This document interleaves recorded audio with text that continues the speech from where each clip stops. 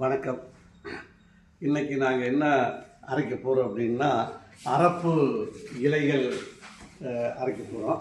பாருங்கள், இதெல்லாம் அந்த கிராமப்புற மக்கள்கிட்டேருந்து வாங்கிட்டு வந்த பச்சை இலை அரப்பு. ஏற்கனவே அரப்பு இல்லை, பற்றாக்குறை. இதுக்கு முந்தி இருந்ததும் கொஞ்சம் சரியில்லை.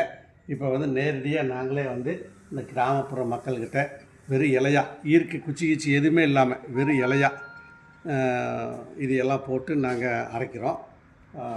வேணுங்கிறவங்க பாருங்கள். அது கூட நாங்கள் என்ன செய்கிறோம் அப்படின்னா, இது ஆரஞ்சு தோல் ஸ்மெல், அதாவது மனம் வர்றதுக்காக ஆரஞ்சு தோல் கொஞ்சம், அப்புறம் நுரை பத்தில் அப்படின்னு சொல்கிறாங்க.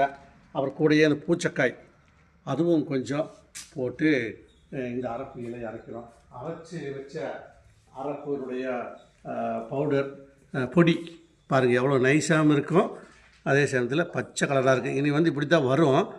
இதுக்கு முன்னாடி கொஞ்சம் சரியாக வரல. ஏன்னா அது அந்த திண்டுக்கல்லில் வாங்கினது அந்த ஈர்க்குகளோடு அனுப்புகிறாங்க அவங்க. அதனால் அது சரியாக வரமாட்டேங்குது. வெளியில் வாங்குறதெல்லாம் சரியாக வர்றதில்லை. அதனால் அதெல்லாம் ரிஜெக்ட் பண்ணிட்டோம். அதாவது தள்ளுபடி பண்ணி வச்சுருக்குறோம். அதெல்லாம் அரைக்காமல் நம்ம ஊர் கிராம மக்கள்கிட்டையே நாம் இதெல்லாம் வாங்கிட்டு இப்படி நாங்கள் அரைச்சிருக்கிறோம். தேவைக்கு தொடர்பு கொள்ளுங்க. மருதம் ஈஸ்வரமூர்த்தி, மருதவனம், தண்ணீர் பந்தல்.